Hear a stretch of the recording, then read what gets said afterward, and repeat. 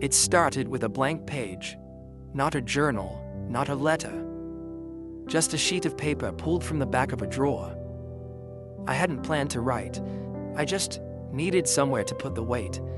There's a kind of heaviness that doesn't announce itself.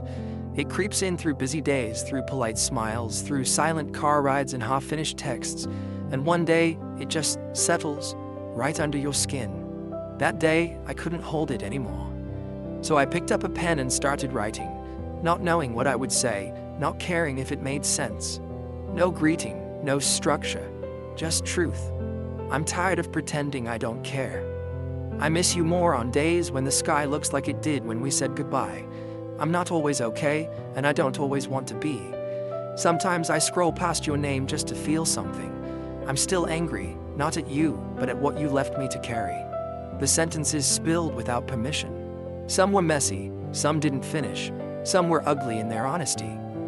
But I kept going. I wrote things I never thought I'd admit, things I'd swallowed for the sake of peace, for the sake of image, for the fear of sounding too much.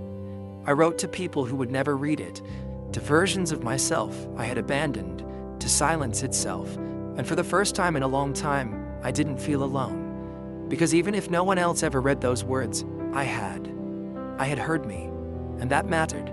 We're taught to speak kindly, to be careful, to filter. But what happens to the words that never make it out? They don't disappear, they wait, they build.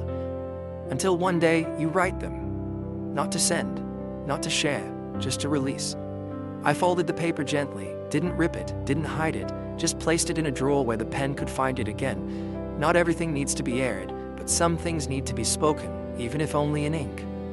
Since then, I write more often, not daily, not perfectly, but with truth. Sometimes it's a sentence, sometimes it's pages, sometimes it's just a word I'm afraid to say out loud, but each one makes room.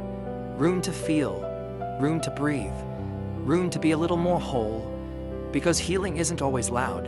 It doesn't always come through conversation or closure.